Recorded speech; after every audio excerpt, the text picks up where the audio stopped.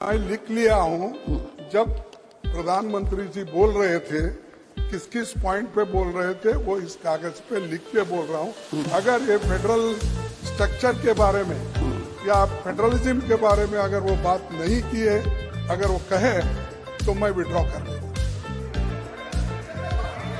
देखो, अरे मजबूत करने, इसीलिए मैं ये कह रहा हूं, आप मजबूत करने की बात किए, लेकिन एक एक गवर्नमेंट को ऐसा गिरा दिए, हर गवर्नमेंट को, महाराष्ट्र गवर्नमेंट को गिरा दिए, कर्नाटक गवर्नमेंट को गिरा दिए, मध्य प्रदेश गवर्नमेंट को गिरा दिए, मणिपुर गवर्नमेंट को गिरा दिए। 75 कैसे बनाया जा रहा है मेरी समझ में नहीं आ रहा है, क्योंकि अगर हम कॉन्स्टिट्यूएंट असेंबली से 75 जोड़े तो 2021 में पूरा होता है, अगर आजादी से जोड़े तो 2022 में पूरा होता है, और अगर पहली लोकसभा से जोड़े तो वो 2027 में पूरा होता है। तो ये 75 की गणना कहां हुई, किस ज्योतिषी ने की, मुझे नहीं पता। मेरे हिसाब से 75 नहीं है, लेकिन 75 वाली फील में अपनी बात रखूंगा। मैं आपके सामने 15 मिसालें पेश करूंगा जहां पर इस ऐवान ने अपनी नाकामी का सबूत पेश किया। एक उस वक्त जब दिल्ली की सड़कों पर सिखों के नस्लकशी की जा रही थी, एक उस वक्त जब 6 दिसंबर को बाबरी मस्जिद की शहादत हुई, आ रहा हूं भागलपुर जिसमें रेशम के कारोबार को खत्म किया गया, मुसलमानों को दफना दिया और वहां पर फूल गोभी उगना शुरू हो गई। एक उस वक्त नाकामी साबित हुई जब मुजफ्फरनगर और गुजरात में नस्लकशी की गई। एक उस वक्त सर जब हम देखते हैं कि मुंबई की सड़कों पर इंसानियत का नंगा नाच हुआ। एक उस वक्त जब इस ऐवान में टाडा पोटा का काला कानून बनाया गया, यूएपीए का कानून बनाया गया, आफ्स्पा का कानून बनाया गया, जिसको 1 साल के लिए बनाया गया था। 58 में हम 2023 में आ गए। एक उस वक्त नाकामी साबित हुई जनाब, जब हम देख रहे हैं कि आज ये जो दिल है, भारत का दिल है, हिंदुस्तान का, इंडिया का दिल है, आज गरीबों में, मजलूमों में, मुसलमानों में, कश्मीर की आवाम में, दलितों में, आदिवासियों में इस ऐवान की मोहब्बत और एतमाद खत्म हो रहा है, कम हो रहा है। इसीलिए जनता सड़कों पर आकर एहतजाज कर रही है। एक बात कहना चाहते हैं कि ये सदन, ये सब मत समझिए कि ये ईंट काटर पत्थर की सदन है सर। ये सदन is not built with bricks and mortars only, it is the soul of our India, the soul which was long suppressed find utterance in the wake of attaining independence. Sir, again I am saying that soul should not be suppressed again by any desire.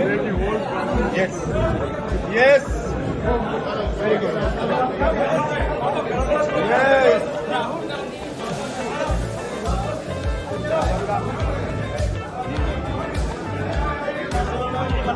कि इस bill में इनकी सीटें निर्धारित करने को लेकर जो भी मापदंड तय किए जाएंगे तथा सीटें आदि जो भी बढ़ाई जाएंगी, तो उसमें किसी भी प्रकार की राजनीति नहीं होनी चाहिए, अर्थात उसमें पूरी पारदर्शिता होनी चाहिए और ये बिल समय से भी लागू होना चाहिए। बीएसपी की ये पुरजोर मांग व सलाह भी है।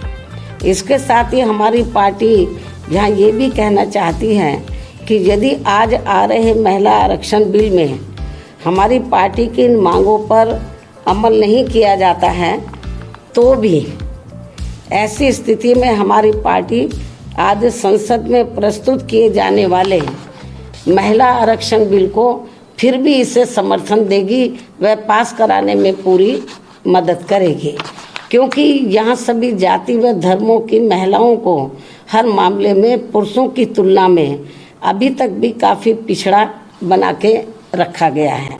हिंदुस्तान की बेटी एयरफोर्स का फाइटर प्लेन उड़ाएगी। हिंदुस्तान की बेटी मंगलयान, चंद्रयान में भी सहयोग करेगी वैज्ञानिक के रूप में। हिंदुस्तान की बेटी बीएसएफ में पेट्रोल करेगी सीमा पर। हिंदुस्तान की बेटी टीवी भी चलाएगी और हिंदुस्तान की बेटी संसद विधानसभा में बैठकर देश के नियम कानून बनाएगी। इसे कहते हैं सोच, और मुझे गर्व है कि 33% रिजर्वेशन होने का प्रस्ताव आज आया सदन में। ये देश के एक बहुत बदलाव का ऐतिहासिक क्षण है। तो हम सभी बहुत ही खुश हैं। अगर विपक्ष को ये लगता है कि चुनावी दावपेच है तो चिट्ठी क्यों लिख रहे थे? तो क्या विपक्ष भी चुनावी नौटंकी कर रहा था? और विपक्ष के लिए ये चुनावी नौटंकी ही है, क्योंकि विपक्ष ने और विशेषतः कांग्रेस ने सत्ता में रहने के बावजूद कभी भी महिला को आरक्षण नहीं दिया, जबकि बार बार इसकी मांग उठती रही और कांग्रेस के पास पूरा बहुमत था लोकसभा में। ये भी सत्य है कि भारतीय जनता पार्टी ने अपनी पार्टी में पहला राजनीतिक दल बना जिसने अपनी पार्टी में महिलाओं को आरक्षण दिया, और हास्यास्पद है कि सोनिया जी एक महिला अध्यक्षा होने के नाते अपनी पार्टी में ये सम्मान अपनी पार्टी की महिला कार्यकर्ताओं को न दे पाए। कीजिए कि अब तक 17 लोकसभा के चुनाव भारत में हुए हैं, उसमें से 8,992 एमपीज मुंतखब हुए हैं, जिसमें से मुसलमान सिर्फ 520 हैं, जो 50% का एक डेफिसिट है। उस 520 में मेरे ख्याल से मुट्ठी भर मुस्लिम खवातीन हैं। तो आप रिप्रेजेंटेशन कहाँ दे रहे हैं? किसको दे रहे हैं रिप्रेजेंटेशन? जिनका रिप्रेजेंटेशन नहीं उनको रिप्रेजेंटेशन मिलना चाहिए ना। तो इस बिल में सबसे बड़ी खामी यह है कि इसमें ओबीसी महिलाओं को और मुस्लिम महिलाओं के लिए कोई कोटा नहीं रखा गया, इसलिए हम इस बिल के खिलाफ हैं।